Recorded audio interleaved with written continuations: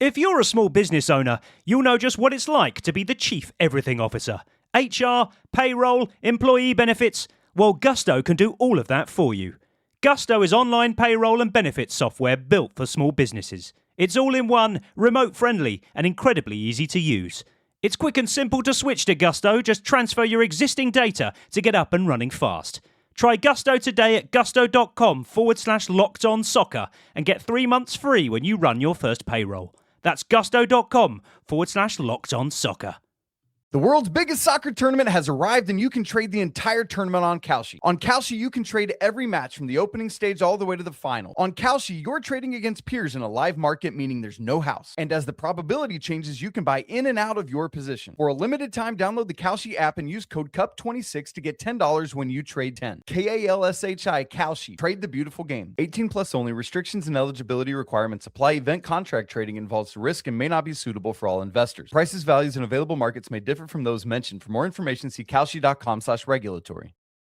The entire summer of soccer is on Prize Picks, all 48 countries in every matchup. And if you rep your side before the round of 16 on Prize Picks, you can win a trip to the finals in New York. It's the biggest tournament ever, which means there's even more opportunities to cash in while you root for your favorite national sides and global soccer stars. Download the app today and use code CUP26 to get $50 instantly in lineups when you play your first $5. Download the app today and use code CUP26 to get $50 instantly in lineups when you play your first $5. Prize Picks, America's #1 sports picks app.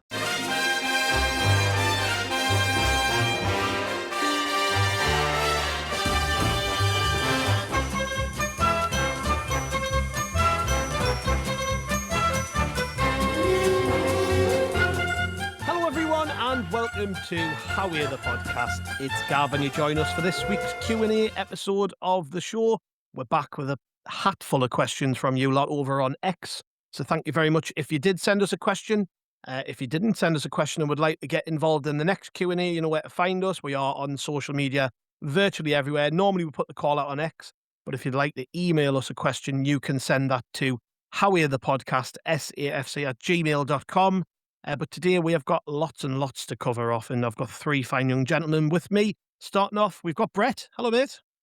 Hello, Gav. How are we doing? You right? Yeah, I'm good. I came to you first because you've just let us in on a little secret there. Your family are about to charge through the door. And I was hoping, well, it could go one of 2 ways, you know. They're due any minute. They've not come home just yet. So it's hopefully they won't come like a herd of elephants like they normally do. So also with us is Andrew. Hello, mate. Hello, mate. Nice to see you, Gav. Nice to see everyone. Yes, nice to see you, mate. I only saw you yesterday, but you haven't changed much in a day. Thanks very much. I mean, Brett was telling us I sound like I'm in my 60s before we hit record, so I needed that boost, Gav. Thank you. Yeah, you don't look a day over 64. Also mate. with us is Johnny. Hello, mate. Hello, Gav. Hello, everyone. I hope I'm looking a bit younger than 64. Oh, I don't know. This podcast's aged all of us, I think, over the last 18 months, hasn't it? It's going to age Brett the most if his family listen to him calling them a herd of elephants, like. Could age him right into the ground. Well, chaps, we've got lots of questions. There's lots going on this week at Sunderland. You know, we've sold some players. There's been some good players linked, and obviously people want to know all about what's going to happen in the summer. So we'll get right into it, I think, with some transfer stuff. And right off the top here, Johnny, we've got a question from Paul Rackstraw, who's at RackySAFC on Twitter. He says, with Mayenda going for around 25 million and potentially getting a good sum for Patterson, does it give us the flexibility and knockback bids for others? I'm not going to pretend I fully understand amortization, but I think it puts us in a fantastic position. Yeah, well, obviously I'm not an accountant myself either, so I can't speak too much to the actual ins and outs of how the fees are, you know, calculated for the books or whatever, but you would have to imagine that with the move from PSR to SCR this season, where obviously the trading, you know, the club's performance in terms of trading players, even though I hate saying it like that, this seems to be the buzzword these days, is going to make a massive difference. It's like treating them like a commodity, isn't it? It's like they're not a person, they're just a sort of a name on a spreadsheet.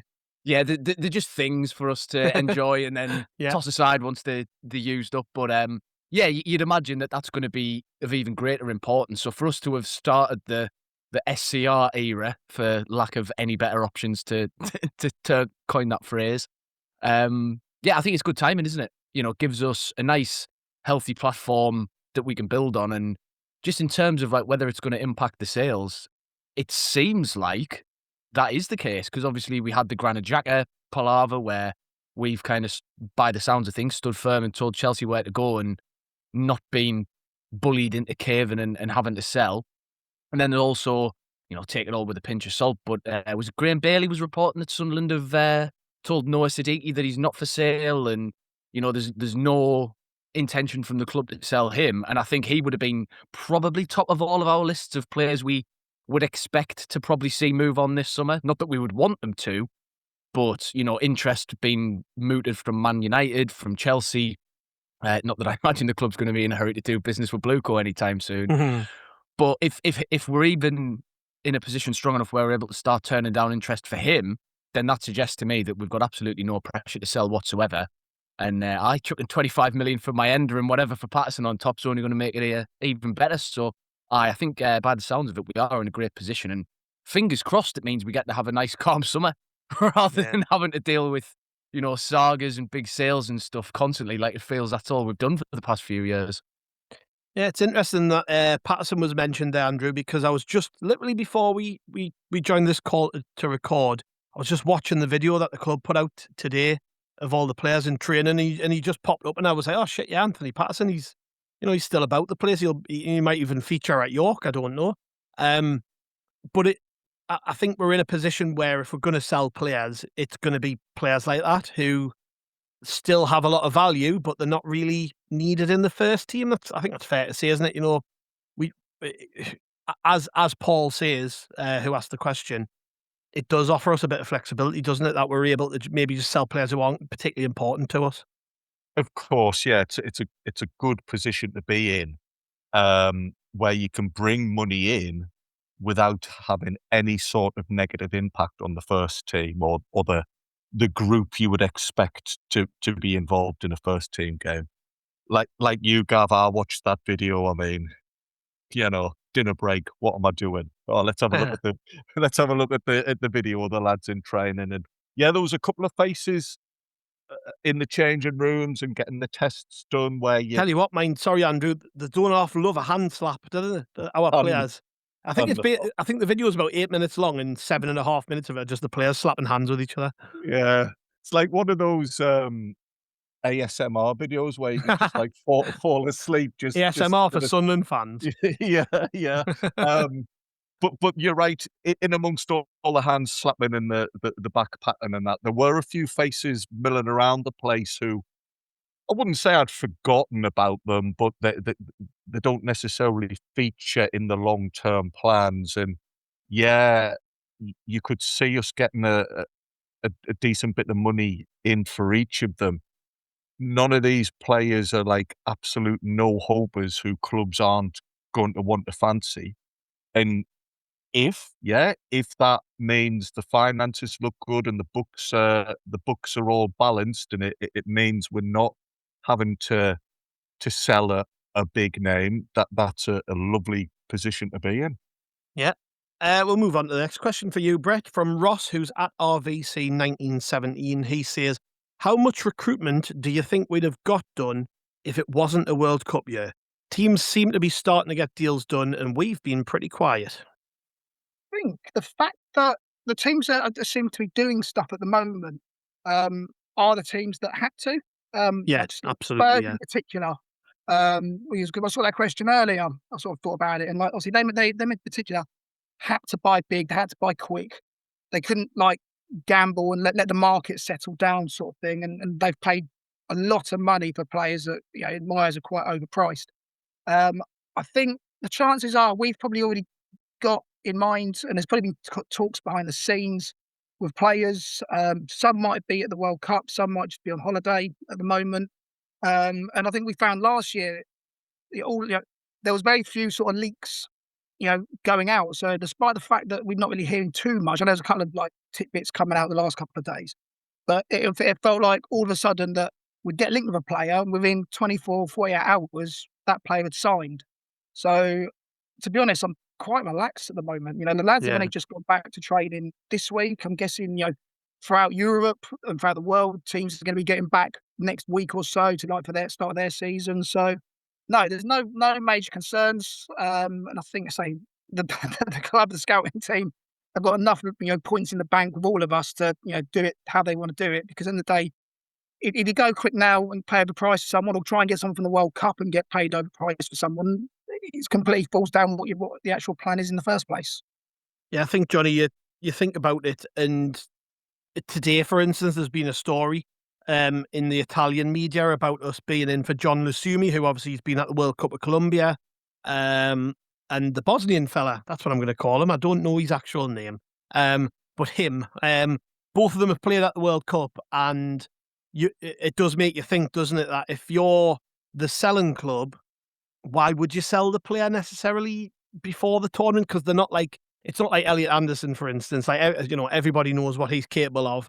Man City weren't going to get a better or worse deal after the World Cup. It was going to be a case of, this is how you're going to pay for him. But with some of these other players who are coming from abroad, it makes sense for their clubs, doesn't it, to hang on and see how they do, particularly if, in Lusumi's case, Colombia have done pretty well and got to the last 16 in the World Cup. So I guess in a way, Ross has got a point that, maybe we would have signed one of these lads earlier, but I don't think it's anything to be worried about. No, I definitely wouldn't be worried. I think Brett nailed it when he sort of said that, look, if you look at who's actually done the business, it's been teams who've had to do it. And that was us last season, right? We obviously won the playoffs, so you've got a late start, and we already needed to do major surgery on that squad to be able to get it into a state where it could stay up in the Premier League. So we moved early. We had so many deals either signed, sealed and delivered, or there or thereabouts by like the first week of July, second week of July, it felt like. And then obviously we kept drip feeding more through the rest of the window. But that's just not the case this time. We don't need 14 new players. We need 3 or 4, maybe 5. It depends. I think we'll probably get onto it later in terms of what positions you buy for, but we just don't have a need to go early.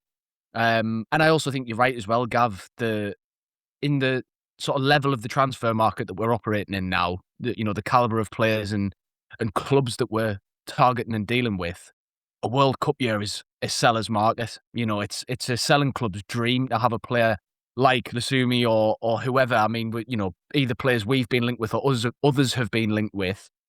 As you say, all you got to do is wait, a couple of games, which can be, once you get in the knockout stage of the World Cup, a week. And then all of a sudden, if somebody has a belter of a game, the value's just gone up by 10 million, might have doubled. Anything could happen with the profile and the spotlight that the World Cup shines on you. So I wouldn't be worried about it whatsoever. I imagine the club have got plenty of plates spinning, and they'll have identified the players that they want well in advance of the World Cup. Gone are the days when scouts are posting up in the crowd at World Cup games and thinking, right, who do we fancy? Oh, I don't know, we need a left back. Let's get that fella, So it's all going to be well thought through and planned out. So yeah, not worried at all. I expect us to be a bit more active over the next month or so. We actually said the exact same thing when I was on the last time, I think, about Wilson Isidore. We said about him, like, there was, at the time, he was getting linked and moving away. And obviously now, Moyenda's gone instead. But we even said it ourselves that, don't do anything until the end of the World Cup, because he has a good World Cup. You've had in 5-10 million on him. So we've done the exact same thing. Might still be the same case, Brett. But I'm hoping he doesn't go. But I mean, he's just probably scored the goal of the tournament. So I was just going to say, how much do you reckon that chucked onto his price tag if he wants to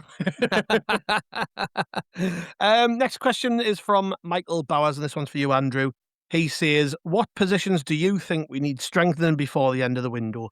For me, striker, right winger, defensive midfielder, left-sided centre-back and left-back. We need adequate depth to balance between the Premier League and the Europa League. I can't disagree with any of that. Yeah. It's almost as if I wrote the question myself, because, yeah, we need depth. We've got we've got a big season coming up ahead, and we want to do well in the Premier League and in the Europa League. And those positions that were identified, I think, are probably the ones nearly all of us would like to see us strengthen. Not necessarily because the players we've got in those positions aren't good enough, but it goes back to this strength and depth. I think right wing is perhaps the one where at the moment we don't have somebody who you could hang your hat on. and say they are going to play 30-odd Premier League games or what have you. Whereas every other position, it's more about just bolstering the numbers, increasing competition. Some of those positions, they might come along and they might not expect to be in the starting 11 straight away, but they'll be expecting to push those who are playing and keep them on their toes. But yeah, I think right wing would be the priority, and then those positions after that all of a equal footing. But as Brett said, as Johnny said, the club will have identified that, and there's no need for us to panic yet. I'm confident that by the time the window ends, these positions will have been filled and will be looking pretty well stocked. Yeah. Steve Richards, Brett, has basically asked the same question and said, I even said, I think we need a left-sided centre-back, maybe a young left-back, a right-winger, a centre midfielder and another striker. What's your thoughts? So kind of the same question there, about, I think we can all see what positions need strengthening. There's no surprises, is there? Unless we sell somebody who we weren't expecting to sell. I think that's probably about right, and I can't imagine many people would argue. And I actually, when you hear things like quality over quantity from Gisolfi, makes you think, doesn't it? They're just basically going to target the positions that obviously need a bit of help. But as Steve says there's a bunch of positions, and actually I'll bring another question into this because Mang the Ram has asked us about left back and said, what do we think about finding a starting left back and making Ronaldo the left back, left centre back cover? And he suggests Anthony Robinson as somebody who could possibly be a target for us. So, I mean, where do you stand on left back? Because Steve Richards is saying a young left back. Mang the Ram there is saying bring somebody in to actually displace Ronaldo, and he's suggested a player who's probably one of Fulham's best players. I don't know what situation he's in at Fulham, but it's certainly a good suggestion. So where do you see the left back position shaping up? Yeah, we definitely need a left back. Ronaldo isn't going to last the full season. It would be a dream if you could find a left-footed Michele who could sort of do that joint role of can play in the three on the left or play as a left wing back. They don't exist. No Arthur Masuaku redemption arc. No, he played very well every week for Conco. Yeah. But yeah, I think that is the position. That right wing, definitely the two that need strengthening immediately in my eyes. But yeah, left wing. That I don't know too much about this. Antonio Robinson. He's a Fulham lad, isn't he? He was America. Who bizarrely is also, I think he was actually born in Milton Keynes, which is a fun little lad. Is he the man? I don't know what his situation would be at Fulham. But yeah, we do need someone who can do. If you can get something to do a bit of both, it would be a massive shout. And I say you need almost to replace. It's not so much to replace Ronaldo. You almost need to replace Sirkin for that player that could come in when Ronaldo wasn't fit or needed a break. So I think we'll find this season he'll need more of a break than last season. He's not getting any younger. So despite him being as fit as your butcher's dog, he's not getting anything. Not getting any younger. Yeah, I think Johnny that you love this because you were right on this train last season with people saying best 11s and things like that. It's a squad game. I think that's very much the case with left back, isn't it? We can't think of it as, we'll bring someone in to displace Ronaldo. That's not. I think what we'll actually do is try and bring someone in to push him, and that'll probably be a younger player, I would imagine. Given his age profile, you would think, well, naturally, if you're going to sign another left back, it'll be somebody a bit younger. But I don't see them bringing in like a 19, 20-year-old. It'll be somebody who's probably already had 2 or 3 seasons of proper football at a decent level, who would love to move to England and play for Sunderland and play in Europe, but also understands they're not coming in as first choice. I think that's probably the profile we're looking at. Yeah. Firstly, still wild to say someone who wants to come and play for Sunderland and play in Europe. Incredible stuff. I totally agree. It's not going to be a case of signing somebody and we go, he's the new Ronaldo and Ronaldo's the new Masuaku and we all move on and that's the state of things. It's going to be somebody who comes in and is going to have to, I agree that it's not going to be a 19, 20-year-old because it's got to be somebody who can hit the ground running, because the whole point of this signing is going to have to be somebody who can, as Brett said, be able to step in whenever Ronaldo isn't able to play, as well as hopefully being somebody who's good enough to then push him. And, you know, who knows, it might be that we sign somebody and they're brilliant from day one and Ronaldo struggles to get in the team. You know, that's kind of the ideal with more signings, is that they end up being better than the incumbent in that position. But yeah, I think Anthony Robinson is the specific example. For me, he's a little bit too attack-minded. I think Lebris is clearly somebody who likes his fullbacks to be defensively capable, almost first and foremost, and then ideal if they can get forward. But, you know, Mukiele is as comfortable as a centre-back as he is a right-back. You know, Trey Hume is a better defender than he is an attacker. Ronaldo is very much a defensive-minded player, even though all these lads can get up and support. And, you know, the Mukiele especially is usually really important to our forward play. The defenders first and foremost. So I'd expect it to be that kind of player. Yeah, well, Masuaku, if you think about him, Yeah. it just didn't. We knew we were signing a really attacking left back there, and he got exposed in 1 or 2 games, and he was out of the team. That's not the type of player that Lebris likes, is it? No, not at all. It's not the kind of archetype of a fullback that he wants whatsoever. So that is why I was gutted that Sirkin's gone, because he filled that sort of hole in the squad so nicely.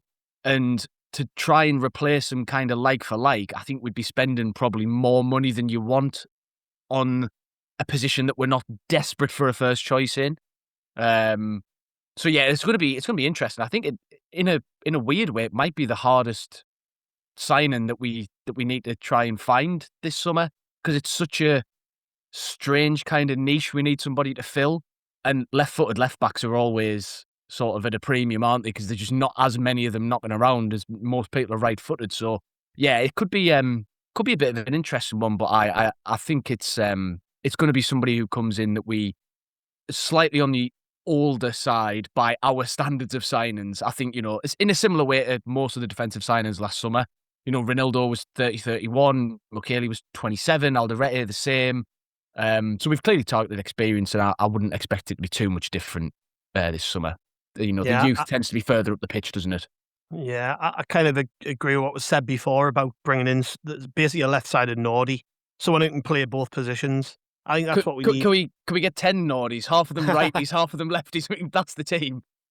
Win the league with that team, wouldn't we? For you, Andrew, this one's from John Harrison. He's at SCFC25_. John on X, he says, is it just as important that we keep hold of the players we want to keep, for example, Xhaka, Enzo and Nordy, as it is rushing in to bring the wrong players to bulk up the squad? It feels like our patient approach is the right way to go about it. The patient approach is definitely the right way to go about it. And if that means the first couple of games this season, we've not got all of our targets in, well, that's better than bringing somebody in who doesn't fit right, because then we're lumbered with them. And yeah, I think it is vital that we keep the players we want to keep.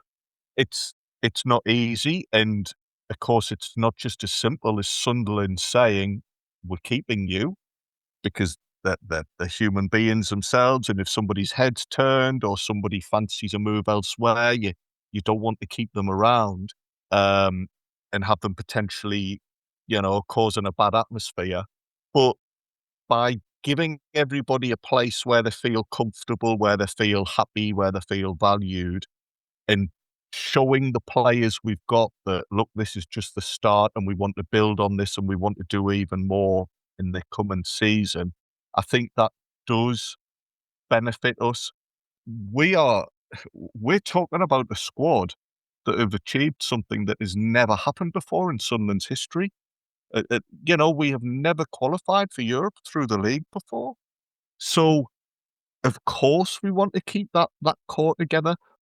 How many times last season did we say, I've never known Sunderland play football like this.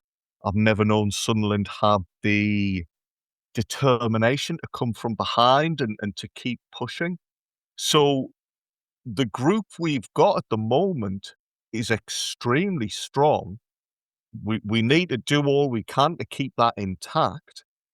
You could even say that if for some bizarre reason we didn't sign anybody else, I don't know about the rest of you lads, but I'd think, well, it's not ideal, but I'd still fancy us to have a good season. It's not like if we don't sign players, we're now going to struggle and we're going to drop down the table and be no hopers. So yeah, really keep that like spirit, keep those lads around, and that is a great starting point. This one's a question from me. Does anybody watch Celtic very often? No? No. We've got a few. No. All right, well, I'm going to throw this one at you, Brett. This one's from Ryan Evans. He says, I've long been a fan of Dyson Maeda. I know the Scottish Premiership gets painted with a different brush, but he has shown quality in the World Cup and the Champions League. He can play on the right, on the left, or as a striker if needed. He's got pace for days and works hard defensively. We need to be all over this, surely. I'll take your word for it then, Gav. Well, I did Google him before, and apparently he's been linked with Everton. So, 28-year-old, he has scored a fair few goals in Scotland, but I think I would do that. Is he play for Japan? Is he that? Yes. Yeah. I mean, with a name like Dyson Maeda, I would think so, yeah. He, I think I saw a tiny bit of him against Holland, I think. I can't say that I was like, we must sign him, to be fair. On paper, that question, it sounds like a great player for us. But as you say, I think between us, we'll all do quite a good job playing up front in Scotland. So, yeah, we're going to win loads of fans with that one. Gav, you give Brett a real hospital pass there. Like, that is. I mean, I did ask first. I gave you all the option to front up and say I do know a little bit about Scotland, and I've got to be honest, I know very little about him other than when I watch the Old Firm, and he always seems to score against Rangers. So, he does seem to know where the back of the net is. But I think just generally, I was impressed with Japan at the World Cup, Johnny. I don't know about you. The players tend to be very similar in terms of, very technically good, hard-working, thorough, organised. The Japanese players all seem to be very much the same in that way. And I did hear something about, basically they had a really crap World Cup one year, and their FA or whatever it is basically went, right, we're going to sort this out. And they set up invested hodds of money into the academy system. And then the net result has been this sort of era of players that Japan are bringing through. So I'm actually, as a more general topic, I'm a bit surprised we haven't signed a Japanese player, because when you hear things like versatile, hard work, and athletic and pacey and technically good and very tactically adept, that just sounds to me like a Regis Labris type of player. So, I mean, we might see our first Japanese signing this summer. You never know. They could only sound more Labris if they were dynamic and they were really well connected, and they were very interesting. But yeah, no, I think you're right. I was impressed with Japan, and especially so when you consider the injuries they had as well. Like, some of the real star players were out at the World Cup. I mean, Kaoru Mitoma, obviously at Brighton. He had a bad injury. There was a couple of others as well. I can't remember them off the top of my head, but it is.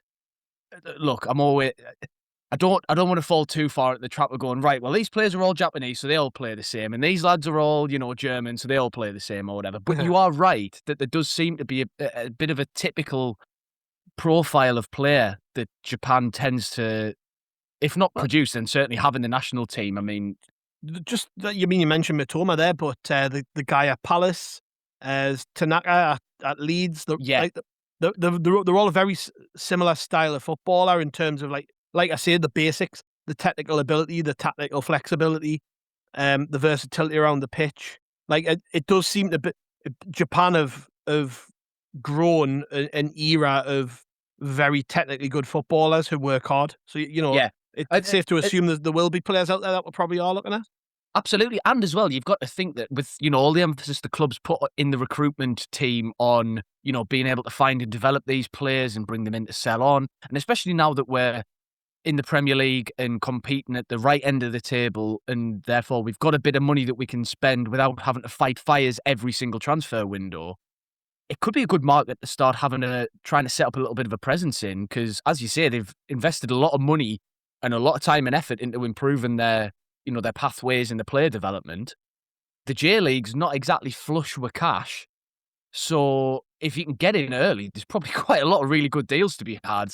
With the way that the club's been operating, I would be shocked if whether it ends up being Japan or not. But that's just one example. I'd be shocked if we weren't looking at trying to establish ourselves in some of these slightly less well-tapped markets. Try and steal a bit of a march on people. It would make a lot of sense to me. Yeah, we've got a couple on strikers before we go at the break. I'll come to you, Andrew. This one's from Billy Blythe. He's asking, what's happening with Abdullahi? Every time I've seen him, I've been impressed. I know he's had some setbacks with injuries, but I think he needs a loan either in England or Scotland, or maybe a decent European league like Holland or Belgium. I think he's got the profile to do well in the Premier League. I mean, Abdullahi, Andrew, you'll have seen him play for the 21s at times last season, like I did. I think he nearly got himself a loan to, is it Angers in Ligue 1 last summer? Yeah, that sounds familiar. I think he did. It fell through kind of on deadline day, but that nearly happened. He nearly got a loan move to a top flight French team. And I agree with Billy. Every time I've watched him, he looks the business, but he doesn't seem to ever be fit. So I'm curious to see whether he shows up on any of this footage of the players in training pre-season, because as we might get onto with the next question, we haven't got any strikers at the minute because Isidore and Robbie have been at the World Cup, so it might be his time to shine. Well, yeah, we are down to the bare bones, but I think in that question, the reference to his injuries, I think that is the answer, because certainly when his body is in a good enough condition to get him out onto the pitch, he dominates at the under-21s level. Going back to this time last year, I've mentioned this before, but I remember him playing for the first team in Portugal, and he gave I can't remember, it was a lad who we were then linked with, but it was a lad who was like an established senior central defender, and Abdullahi gave him a proper good going over. He really tested him. He worked really hard. So he's got the raw materials there. Like you say, he always seems to be injured though, Gav, and unfortunately, I don't know if I just keep missing it or the club deliberately don't let this information come out, but I never seem to know what the problems are. Is it just he's really unlucky and he just keeps getting whacked in training or things like that? Or is it a recurring problem that they can't get to the bottom of? And without knowing that, it's hard to be able to predict his future. But certainly as a player, and also one who I think was spent a couple of million on, I think the club were quite keen to get the deal done when they did. So that suggests there's something about him and they fancy his chances. I would love it if in this summer he looks at Broby being away still, looks at Isidore still being away. I would love it if he said, yeah, this is my time and I'm going to put myself in the reckoning. Yeah, let's hope it says Hemia summer, where we get a couple of decent goals in pre-season and people are like, get him in the team. Speaking of strikers, Brett, before we go to the break, I'll end on this one. From Rob180, he asks about Finn Geragosian, who's obviously just signed a new contract. And I think most people will be aware that there was a bit of interest from other clubs, so the club have done well to keep him. He's asked, with Geragosian signing a new deal, do you think he'll be more involved with the first team this season? Or do you think that was the carrot that was dangled to get him to sign? As I mentioned, Brett, we are short on forwards as we start pre-season. So, what do you reckon? Yeah, to be fair, I think it's going to be a similar answer to what Andrew's just saying on his, that they're going to be around the first team for pre-season. I wouldn't be at all surprised if we both go to America on the talks. I don't think everyone's going to be going on that. So yes, it's up to them to prove themselves. They'll keep them as long as possible, and it might become deadline day, a loan goes out to a lower league team just to get that experience. Because to be honest, if they're going to be, I would at that age, they need game time in, as somebody said before, in like men's football. Being at under 21s isn't great for them. They could do playing for a bit of lower league football rather than just sitting on our bench and playing the odd under 21 game. So it's great we signed him though. It's good to keep getting these youngsters, promising youngsters tied down. It sounds like lad's got keep going. He's got a good future ahead of him. But yes, I do think keep him around for pre-season and go from there really. But I can't see him being in the first team squad after the transfer window shuts. Yes, I agree. Let's see how it goes for him, though. I think it's just great news we managed to tie him down. But when I watch him for the 21s, he seems to play more on the right, which is, I don't know what, even though he's a big lad, he seems to play on the right quite a bit, Andrew, doesn't he? He does, but he's not a winger in the No. sense that he'll beat his fullback or he'll hug the touchline and try and get to the byline and whip a cross in. If he is out wide, it's purely to cut inside and have a dig from the edge of the box. Yeah. And he can do it. He's excellent, and I've seen him score goals like that at Appleton. I sometimes feel it's perhaps a bit of a waste because his physicality in the middle, I think, could be something the team could play around. So yeah, he does play out wide, but I wouldn't necessarily consider him a natural winger. No, I would agree. Right, let's go for a quick break, lads. Then when we come back, we've got a canny bit more to get through. So we'll see you then. If you're a small business owner, you'll know just what it's like to be the chief everything officer. HR, payroll, employee benefits. Well, Gusto can do all of that for you. Gusto is online payroll and benefits software built for small businesses. It's all in one, remote friendly, and incredibly easy to use. It's quick and simple to switch to Gusto. Just transfer your existing data to get up and running fast. Try Gusto today at gusto.com/lockedonsoccer and get 3 months free when you run your first payroll. That's gusto.com/lockedonsoccer. The world's biggest soccer tournament has arrived, and you can trade the entire tournament on Kalshi. On Kalshi, you can trade every match from the opening stage all the way to the final. On Kalshi, you're trading against peers in a live market, meaning there's no house. And as the probability changes, you can buy in and out of your position. For a limited time, download the Kalshi app and use code CUP26 to get $10 when you trade 10. KALSHI Kalshi. Trade the beautiful game. 18 plus only. Restrictions and eligibility requirements apply. Event contract trading involves risk and may not be suitable for all investors. Prices, values, and available markets may differ from those mentioned. For more information, see kalshi.com/regulatory. The entire summer of soccer is on PrizePicks, all 48 countries in every matchup. And if you rep your side before the round of 16 on PrizePicks, you can win a trip to the finals in New York. It's the biggest tournament ever, which means there's even more opportunities to cash in while you root for your favorite national sides and global soccer stars. Download the app today and use code CUP26 to get $50 instantly in lineups when you play your first $5. Download the app today and use code CUP26 to get $50 instantly in lineups when you play your first $5. PrizePicks, America's #1 sports picks app. Welcome back to Haway The Podcast, and we'll quickly go through the rest. I say quickly, we do nothing quickly. What am I talking about? First one at the top of your list is pretty straightforward answer, actually. It's from UK Patriot. He's asking, how much rest should we give Xhaka before playing him again? He looked absolutely knackered at the end of extra time last night. Obviously, last night will have been the last Switzerland game before this pod was recorded, and he's still got at least one more game to play. I think the easy answer to that is depends how well they do. If Switzerland get to the final, he's going to need more time off.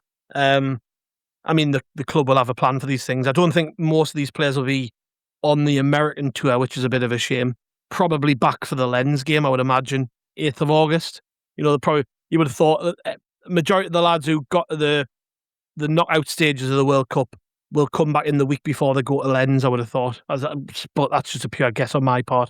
I'll come to you with this one, Johnny, from Jack Asbury. He's saying, to think we've got two players heading into the World Cup quarterfinals in Xhaka and Talbi.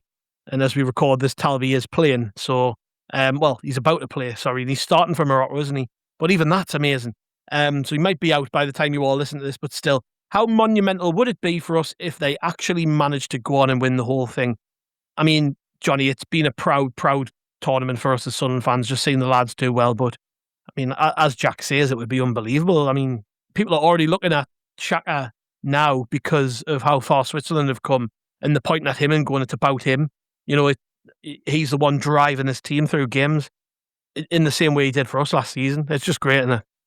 It's ridiculous when you consider where we were the last World Cup. You know, languishing in League One. It came up on Twitter the other day, and in fact, one of the lads wrote a piece for the website a couple of days ago about the team who won the playoffs from League One. That was 4 years ago. So, You know, unbelievable. Yeah, it's ridiculous. And we had one player go to that World Cup, and it was Dewey, who was playing for Costa Rica. No. Would he have even played for us then? Yeah. Yeah, because it was the Winter World Cup, It wasn't was it? Oh, of delayed. course. We'd just got promoted. It was our first season back. You're right. And he's not exactly a household name, is he? As much He as is I in love Sunderland, these, Mara. He is in Sunderland. look, those I'll Never forget that he seeing. did. I'll never forget seeing him in Asda trying to work out what fabric softener to buy with his mum on FaceTime. I'm trying to work out the bus routes in the Wayside area. But that's a different stratosphere, isn't it, to where we are now, where we've got two players in the World Cup quarterfinals, one of which is our captain, and there's as much as I love Xhaka, again, I definitely hope that he doesn't get to the World Cup final because he's on England's side of the draw. But if either or both of them end up getting to a World Cup final, what an amazing sort of seal of approval almost that is on what we're doing and what we're building, and what a turn up for the Bucks it would be, considering that it was, I mean, this is a little while ago now, but it was 15, 16 years ago when Darren Bent forced his way out of Sunderland in part because he couldn't even get in the England team playing for Sunderland, and that was when we were in the Premier League and he's knocking 20 goals in. So to go from that club where we were then to the club that we are now, where we're upwardly mobile and an exciting place for people to go and play football, just shows that actually Sunderland can offer you a place on the world stage. We're not just a retirement home for crocs or somewhere that you have to get paid 3 times your normal salary to get convinced to come and move up to the wilderness of the northeast. Those days seem to be in the past. So yeah, it would be a lovely little bit of gloss just to put on the end of a phenomenal season, and it would be a hell of an achievement for either of those two lads, because you certainly wouldn't have had Switzerland or Morocco among your favourites to get deep in the World Cup, would you? I mean, Morocco maybe have done all right the last few years, but you certainly wouldn't have them in a final. No. Cam has asked Andrew, and he's at Writing Privacy on X. He says, given the squad regulations around the Europa League, how far do you see our academy players having to play their part this year? Personally, I thought Matty Young would be held back for that, but it seems not to be the case. I think this point's been made a few times, and we were chatting to James Copley about this when we met up at Sheepfolds for the pod the other day. There's a cheap plug for us. If anyone hasn't caught that pod, make sure you go back and listen to it. But we were talking about these things about how basically, if you look at other clubs, it does seem to be that European competitions are used as a way to blood young players in, because sometimes you're playing dead rubbers or you're playing crap teams where you're going to be 3 or 4-0 up. And that might not be the case for us, but it certainly is an opportunity for young players, because we're going to need them on the bench in some of those games, aren't we? Of course, and particularly the way the benches are now, where you can name, is it 9? I can't even remember, but it's not just a case of you only have 2 people on the bench anymore. You have several players there. I think the under-21s and the players on the fringes will have a part to play. A lot of times when we were thinking about, can Sunderland qualify for Europe? Should Sunderland try and qualify for Europe? There was a lot of people saying, yeah, but the increased workload's a problem. It's going to impact Premier League games. But I think most of us said it's not quite as clear cut as that, because yes, there will be games against teams who are considered to be not as strong as us, and you could very easily see somebody coming on for the last 10, 15 minutes away from home in some unheralded place. Just getting some experience, but also contributing to that team, particularly if 1 or 2 senior lads have got a big game coming up. You might just bring them off a little bit earlier. I'd have no problem with that. We've seen in League One and in the Championship that Sunderland know how to blood young players in, but without burning them out, or without dropping them into a situation where they're rabbit in the headlights. So again, this pre-season there'll be a few players, maybe Jensen Jones, for example, maybe Geragusen or Abdullahi, if they're not going out on loan. If they're working hard, showing they're of a suitable level, Lebris will just keep them in mind, keep them around the first team squad.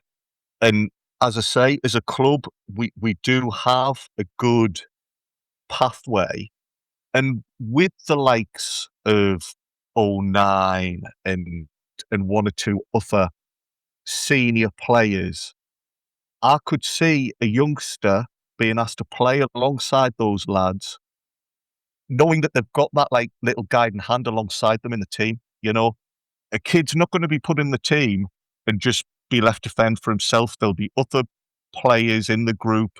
We've spoke before about the good camaraderie, the good atmosphere. I think the senior players will lead a good example and just, you know, give them a couple of quiet words of encouragement, just talk them through the first few games and say, yeah, this is what you need to do, just fine-tune this type of thing. And it could be something that in years to come we look back on as being a really good benefit. And we might have 2 or 3 players in the squad who first steps were in Europe, and we think, yeah, that was an ideal way to blood them. That you can make 5 subs as well. Sorry to jump in, but no, great. Not only the expanded size of the bench, but obviously these days it's a hell of a lot less of a risk to use a sub on. Right, let's chuck Jones on for 15, 20 minutes at the end if a game's looking like it's sewn up, because when it's 1 out of 5, that leaves you more wiggle room than when it's 1 out of 3. So it should, in theory, be a lot easier for these lads, even if they're not starting these games, to at least get some football. Yeah. I think, I hate to bring them up, but I think the Mags might have done that with when they battered Karabag in the Champions League last season. I think they did that because the game was already won. They basically gave a handful of the young'uns appearances. They won't be doing it this season, though, will they? No, they will not. Certainly will not. I'm just looking, now that they started a young kid at left back and then brought a kid off the bench. But the point being is, like, the will, hopefully, if we do well, there'll hopefully be situations where we can do that. And I mean, what a carrot to dangle to any, because at the end of the day, we've got to, as a football club, that academy has to be attractive to anybody. And I'm talking about 7, 8-year-old kids coming in. If you see Chris Riggs starting in the Premier League and scoring goals, and you see Finn Geragusian playing in the Europa League, for instance, or Jensen Jones, like, what other way can you sell the club to people? You're like, look what we do for our young players. So yeah, absolutely. I think it's going to present loads of opportunities for the best young'uns we've got. But at the same time, they've still got to be good enough. We're not a charity. You know, if you're getting a chance, it's because you're good enough. And the first steps towards that, I would imagine, or certainly the first steps towards that this season, are going to be pre-season, because the squad is depleted. These kids are going to get games, whether they're going to play in the Premier League or not is immaterial. They probably are going to play against York. They're going to play in America. Take the chance. Like, I'm desperate for somebody to just emerge. Like, you know, like Jordan Henderson did, came from nowhere.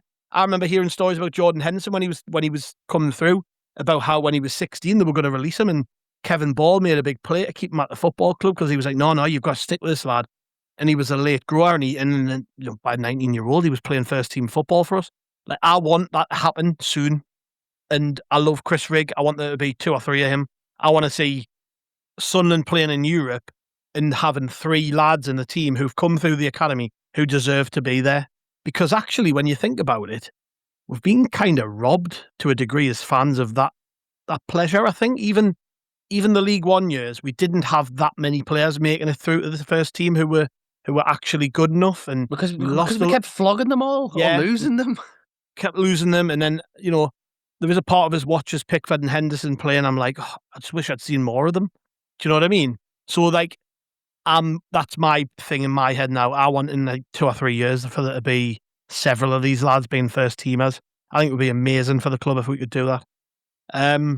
Anyways, moving along slightly, Brett, we've got one from Elliot, and this was actually sent before the appointment was confirmed, so there's a bit of jeopardy, and rather than ask his question, we'll just go on to the general topic. But he asks about José Fonte, who's now since been confirmed as part of Regis Labrissa's coaching staff, and Elliot was basically asking, is he coming in to replace somebody? But it looks like he's actually coming in to work alongside Alessandro Barcerini and Michael Proctor as an assistant under Regis Labris. Obviously, José Fonte, most people will know him from playing for Southampton in the Premier League. I think he had a spell with West Ham as well. played for Lille in Ligue 1 when they won the French top flight in 2021 alongside Ronaldo. So you've got to think maybe he's had a part to play in getting him into the club, because people have pointed out that Ronaldo posted a pretty lengthy post about José Fonte on Instagram over the summer when he announced his retirement from football. So José Fonte coming in, Brett, it's an interesting one, that, isn't it? Because he's not actually worked as a coach, as far as we're aware, anywhere, but obviously somebody who is seen and respected as a promising person to come through. Yeah, well, that's why when I saw the question and asked if he was going to be a replacement, and I thought as a first role, I can't see him replacing anybody, but as work alongside, and I think it actually be quite a good thing. Having a player that obviously he's been about, he's got experience, but it's recent experience. Someone like Michael Proctor, who's obviously turned out to be a very, very good coach, was playing for us early 2000s. He's not got the experience of a modern day footballer, and even 20 years, that is such a massive gap in how footballers are now, and all their fitness and just lifestyle and everything around them is completely different. So to have someone that's almost one of the lads, but not one of the lads, is, I think, actually quite a good thing as part of that link from player to coaching staff. So yeah, I don't say I can't give any comments as a good coach, because I say we probably don't know, but on paper, actually, it looks quite a smart move. Yeah, I would agree with that. Johnny, what do you think about José Fonte coming in? He's, like I say, he's an established name, but I quite like the way that the club keep trying new things in the coaching department. And if it doesn't work, they're quite happy to move people along. I just think, yeah, why not give them a chance? Yeah, I mean, obviously, I haven't got any strong opinions on Font as a coach, because none of us can have those opinions. Exactly, yeah, because he's never done it. But I think what Brett was just saying was really interesting, actually. I'd not really thought of that angle before, but it is a good point that the experience that all these, coaches or all these staff members have got in the game, it does become less and less relevant with every season that passes. As he said, everything around the game and how footballers behave and act and live, and the tactical advancements and the sports science advancements and, everything else like that. It does obviously change the landscape, and having somebody in that coaching staff who's more recently out of it and able to look at it from both sides of the fence, maybe you'd say, that could be a really, really good kind of weapon in the armory for Lebris to be able to, when there's tough moments this season and he needs to turn to his staff and, start coming up with ideas of how to get out of it. Then that's a perspective that we wouldn't have had otherwise. So that can only be a good thing, I think. But it'll be probably a little bit of a slightly tricky balancing act for Font to walk, I think, as he tries to straddle that line between being one of the lads still, but obviously he is a member of the coaching staff, so he is in a position of more authority rather than just being one of the group. So it'll be really interesting to see how that plays out. And clearly there must be some sort of contractual obligation at Sunderland that we have to have a Portuguese lad on the coaching staff at any given moment. If it's not there, yeah. Was it Pedro Ribeiro? We've got Font now, so when Font goes, we'll get Jose in. Absolutely. Andrew, I'll come to you on this one. Andy Barron's asking about sponsors. He says, what's happening with any sponsors? Front of shirts, sleeves, etc., or anything to do with the stadium or academy, as it all helps with finances. You got any intel there, mate? No. And if I did, I'm not going to be the one who ruins a multi-million-pound deal because I've blabbered on it. I do have something to add, actually. When I was in the queue for the away top, one of the guys who works at the club was talking to people in the crowd, and the lad behind me and Craig said, what's going on with sponsors? And he went, it's been tricky because obviously the gambling sponsors and stuff have come out of the game now. So what's happening is a lot of clubs are basically giving companies which they were using as sleeve sponsors the front of the shirt for the same price, and because they're panicking a bit. It says we weren't prepared to do that, so we've been patient, but we've got something sorted, and it'll be revealed fairly soon. We're just ironing some bits and pieces out. Again, it's an example maybe of the club being a bit more considered, but I don't think anybody really knows what's going on with that, do they? No, I mean, that anecdote there just again shows that the club aren't sleeping on this. They'll be looking at it and weighing things up. We've seen last year, I think Chelsea went pretty much through the full season without an established front of shirt sponsor. And I wonder if in the Premier League now, with the amount of money coming through TV and what have you, I wonder if a sponsor isn't the be all and end all now, and if the club haven't got a suitable person at the table, they can afford to take the time. I'll tell you what, though, if Chelsea actually had a front of shirt sponsor, they maybe could have afforded a bit more money to bid for Xhaka. Yeah, Maybe that's what lost him. That could have been it. Sunderland, get a sponsor immediately. I don't care who it is. This is impacting our transfer kitty. Brett's dead right. Yeah. Listen, from what you've said there, Gab, it sounds as if there'll be an announcement, and hopefully it's a company that we can, get behind or whatever. Hopefully it's not a company that's going to split the fan base or be from a questionable industry. So we'll find out soon enough. Indeed we will. Brett, this one's from Sean Cottrell. He's asking, how do you think the season will go from a fan support perspective? We were immense as a fan base last season and really helped to carry the team. There were so many memorable atmospheres like West Ham at home. How do we keep that freshness as supporters in our second season in the Premier League? I think it's a good question, that. I think as a fan base, we've got to really play our part again this season. Now, obviously, we was all finishing 7th last year. The Mags game, there was Arsenal late goals, and it just was awesome all year. It was just an absolutely unforgettable year. This season might be tougher. It is a bit of a, we could have second season syndrome. We've got a lot of games. I think we've just all got to have a bit of perspective of where we were, where we are. Keep getting behind the lads. If we do have any bad runs, there can't be any talk of like Lebris out, any crap like that. We've just got to be 100% behind the team, because we know, if we're behind them, they're behind us. They're going to give 100% no matter what anyway. So we just got to, play it cool. If we're not in the top 10 after 10 games, don't panic. Keep doing what we're doing. Yeah, just keep singing our hearts out for the lads. That's all we can do. So, but yeah, just as I say, I think, just to say, remember where we were and where we are. So, we've got a massive season to look forward to. So, that's it, really. Well, I think, by the time we play Fulham, we'll all be absolutely gagging to get in the ground. I think after that we play Arsenal on a Saturday night, so that's going to be a good atmosphere. You know what I mean? So it's not, if the games are like they are, it's going to be very easy for us to turn up and get behind the lads, because, first game of the season, like West Ham, we were bang at it last year. I'm sure we will be this year. The Arsenal game, that's probably one of the best games we had at the stadium like last year, and we turned up. The crowd really got in sync with the players, and we gave Arsenal one of the toughest tests, really. So, and then on top of that, there's Europe.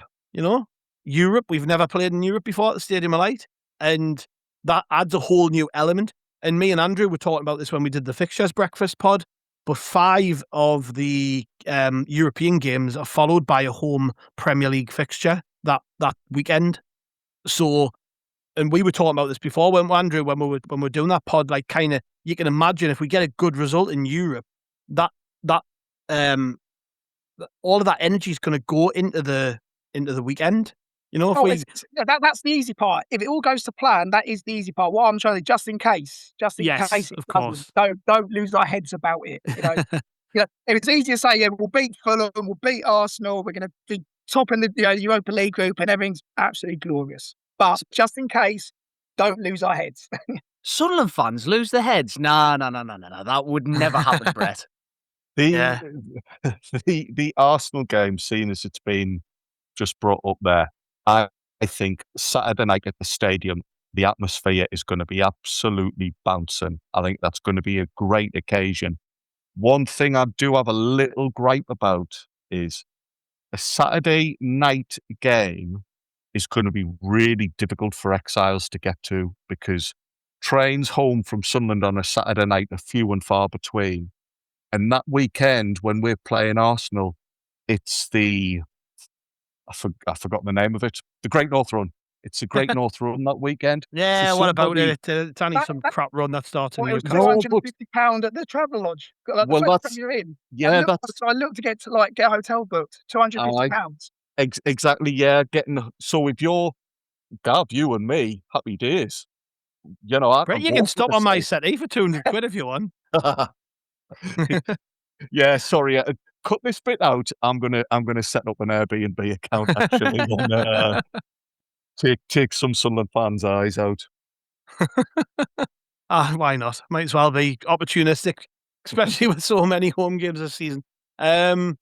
Tony Bang has said this one. Johnny, I'll come to you. He says, watching the World Cup and seeing the big difference in stadiums to ours and the level of customer service, quality, catering and hospitality, do you think football fans are being let down in terms of value for money and the overall match experience? Now, I'm keen to hear what you say about this because I've got a very strong opinion on it.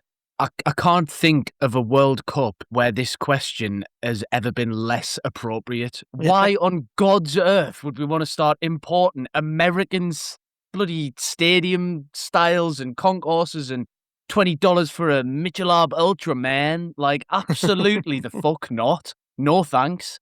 Thanks, but no yanks. Absolutely. I mean, I recognise Tony Bang's. I'm sure he sends questions in quite regularly. So apologies for going in on you so hard, Tony. But absolutely not. I'd rather. Do you know what? I can't even think of how many things I'd rather do. I'd rather do anything else. Nana. I'd rather do anything that's possible to do before I'd ever consider bringing anything from American sports over here. So as much as I absolutely can't stand the concourses in the Stadium of Light, I'll take them and the robot pints over the Americans catering. Thank you very much. It's important to remember that people in those stadiums are paying thousands of pounds for tickets, which is why that level of experience is there. But even so, I'd test that. It's nice going to Wembley and the Tottenham Hotspur Stadium as a one-off. Everton's ground, like, it was canny, but it's not, to me, that's not football. That's not particularly, our football. Might be in the States with my mate from work was telling us this. He was saying he went to see the Orlando Pirates and they've got bloody tables by the pitch where people are being served food, and that's not my idea of fun. I like standing for the full game. I don't particularly like people farting in the stands, but you know what I mean? There are elements of it I don't like.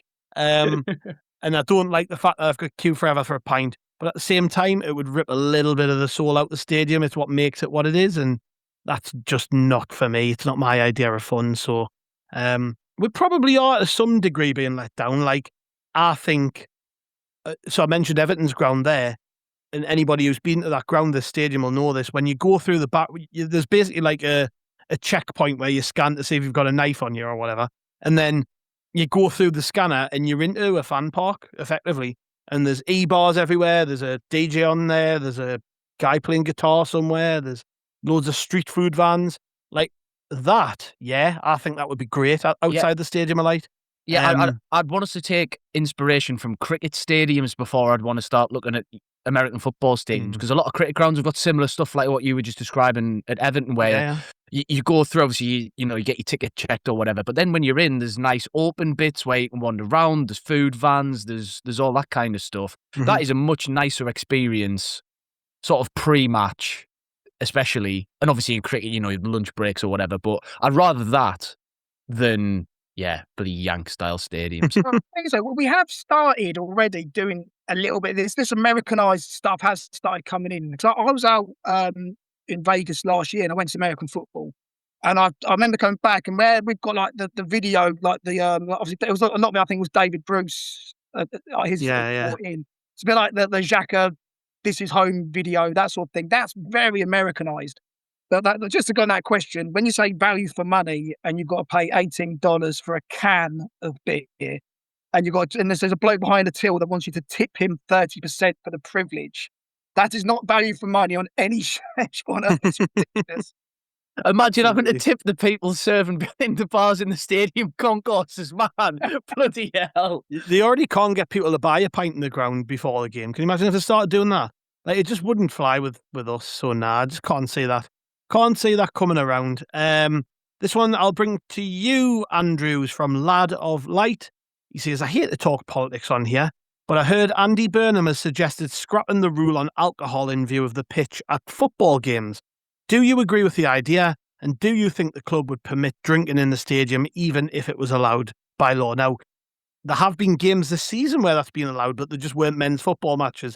I went to the women's game, there were people drinking around us. I think at the Ronaldinho friendly at the end of the season, it was allowed there. The Women's Rugby World Cup, it was allowed there. So this is exclusively men's football we're talking about. But what do you think? Well, that women's trial, Gav, I think has now been extended to all games next season, I believe. Double check if you're going to the game. Don't just take my word for it and get yourself thrown out. But I think those trials were considered a success. And if it is allowed, of course, I expect Sunderland to make that available to supporters. We speak time and time again about how the club are operating as a business and need to. We don't want to rip fans off, but we need to make money, and that's how you compete. Me personally, I'm sorry, but I don't think we need it. I think my personal enjoyment of a Sunderland men's first team game would be spoiled by alcohol being allowed in the stands. I don't need to have a drink necessarily. If I did have a drink, fine, I might enjoy a couple of pints. I don't know what this makes me sound, but I'd be worried that other people would take it too far and it would spoil it for people with kids or whatever, or just people who, for whatever reason, don't want to be around alcohol all the time. It's interesting because it is allowed in Germany, for instance, and I don't know. To be honest, I don't know what the experience is necessarily like over there. It might be very different in England. I think there'd definitely be an appetite for it. And in an era where football clubs have to be making a lot of money off their own backs, I mean, you'd make a fortune off Sunderland fans selling beer in the stands. So, I mean, there is that aspect to it. But yeah, I mean, I'm open-minded to it. I would probably have a couple if it was available, but I wouldn't leave me seat during a game to get a pint.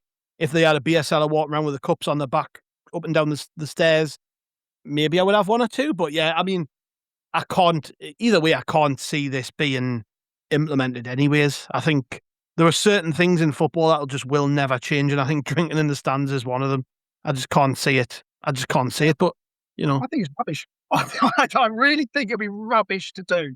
And it might be because my age, I'm 40 plus now. The other week, literally Sunday night, I was saying just before we came on, I didn't stay up for the England game. I went to bed and I woke up and I watched it and then went back to bed again. 20 odd years ago, I was in the pub watching England-Brazil at 7 a.m. When it was in the South Korea World Cup. It was brilliant, but I was like 18, 19 years old. And I'm sure if you did a vote of who would be for it and who would be against it, the Democratic, like the youngsters would love it, having beers in.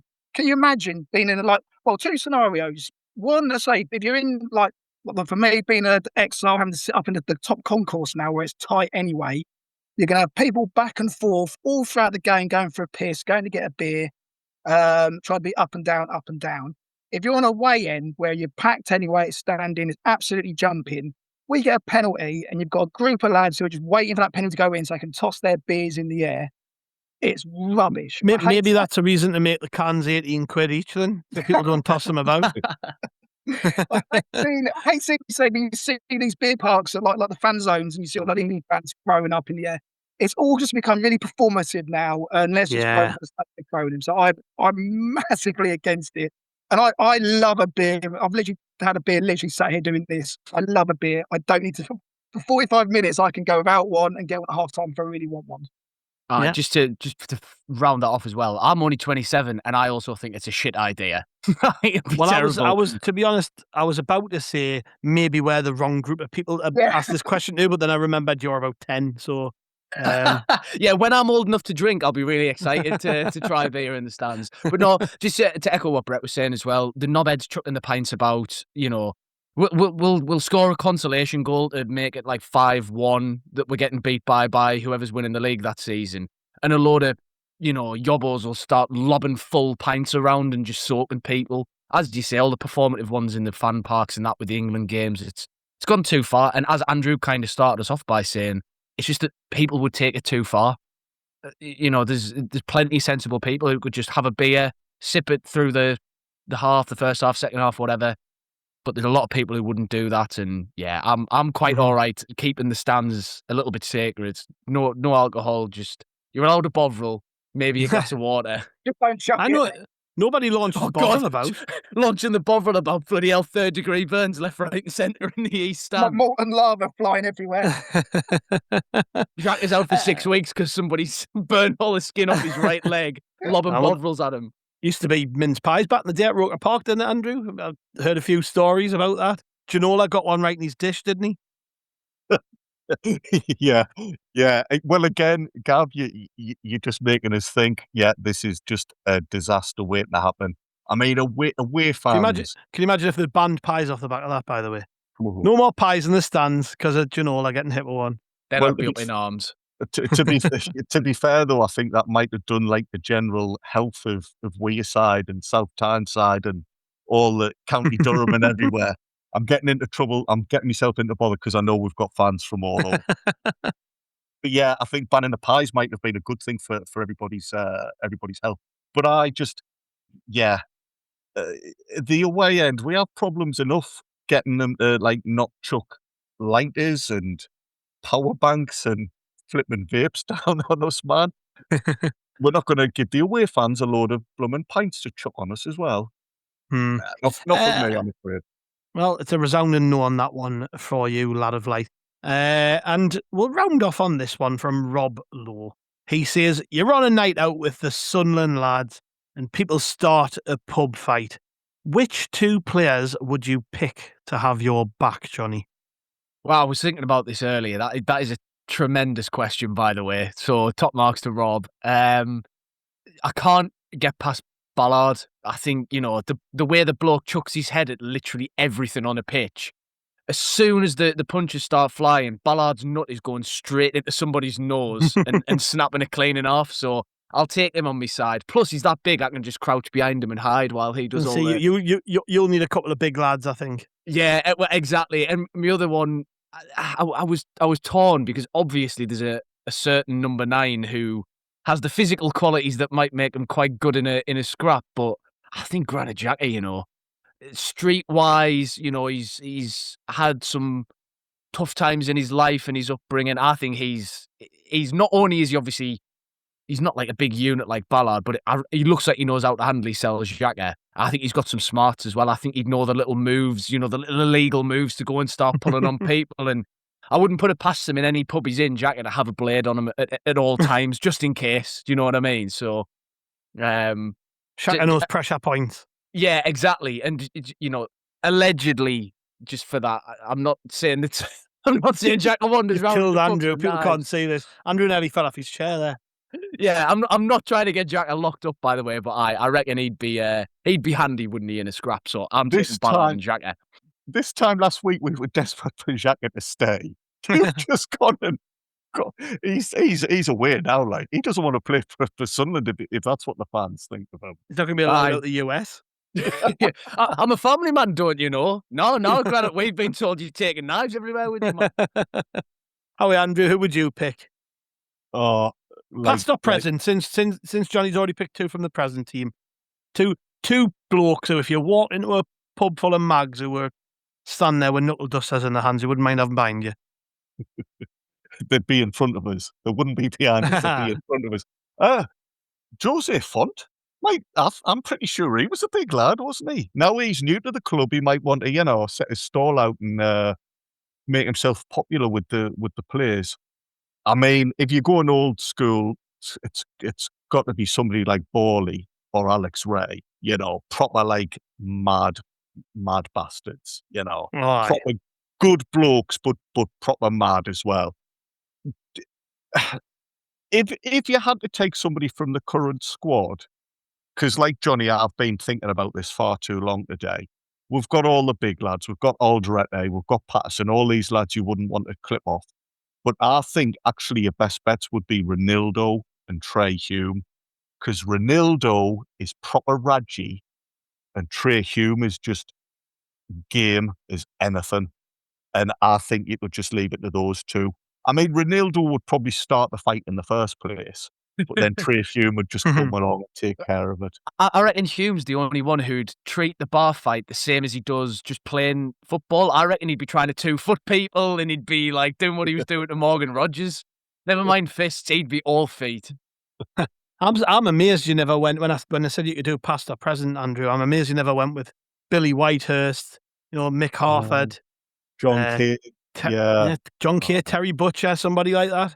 I mean, the stories we've heard about Billy Whitehurst allegedly fighting with travellers. I mean, hard bloke. What about you, Brett? Who would you take in the battle with? I say again, like the other two, I've spent far too much time thinking about this afternoon. The obvious answers are obviously like Ballard and Bobby would be like your obvious ones. But if you're having a bit of a tear up, Alderete, him and his Paraguay mates have probably been tearing it up for the past 5 weeks in America every day. So he's handy for a scrap anyway. He's got the experience there. And if it's a group thing, there's always one little rat bastard that gets involved. I think Enzo Lefebvre's going to get, he's a little bit narky. He'll get in there somewhere. No one's going to see it. He's in and he's out, and our job done. So I think, watch out for the little guy. Yeah, Enzo's a great shout there, by the way. That's fantastic. I never thought of that. I was thinking, obviously, Brian Brobby, because I just think if there was like 3 lads on top of you, you'd want him pulling them away, wouldn't you? Get off, go on, sod off. And this one might be a bit of a shock, but I reckon Robin Roofs could handily sell me. And big hands, you know what I mean? Just whack right on the top of someone's head. He could just scoop 5 people up, couldn't he, in one arm who were coming to try and throw them, just overarm them out of the room. Just deposit them outside the premises in a swift and efficient manner. Big volley up the pitch. Anyways, chaps. Oh, go on, Andrew. Very quickly, little favour. This is 2 weeks in a row now Rob Lowe has asked awesome questions. Because last week he had us looking at our best Sunderland 5-a-side teams. Yes, that was a good one. Next time we get a question from Rob Lowe, honestly, it should just be like a separate pod in itself, because we could talk about this all night. Absolutely. He's given us ideas for next summer, isn't he?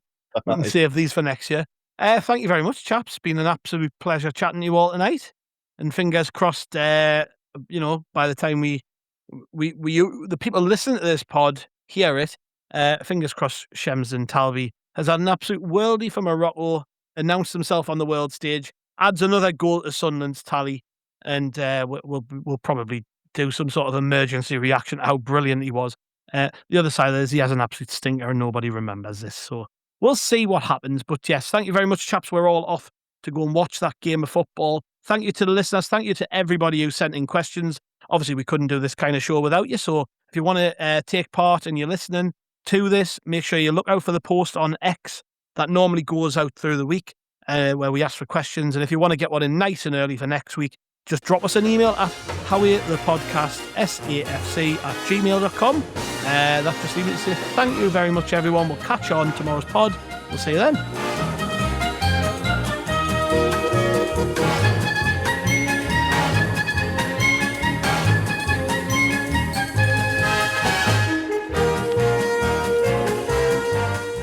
Hey, it's Ryan Reynolds here from Mint Mobile. Now, I was looking for fun ways to tell you that Mint's offer of unlimited premium wireless for $15 a month is back.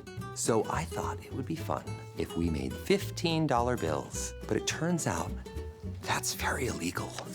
So there goes my big idea for the commercial. Give it a try at mintmobile.com/switch. Upfront payment of $45 for 3 months, $90 for 6 months, or $180 for 12-month plan required. $15 per month equivalent. Taxes and fees extra. Initial plan term only. Greater than 50 gigabytes may slow when network is busy. See terms.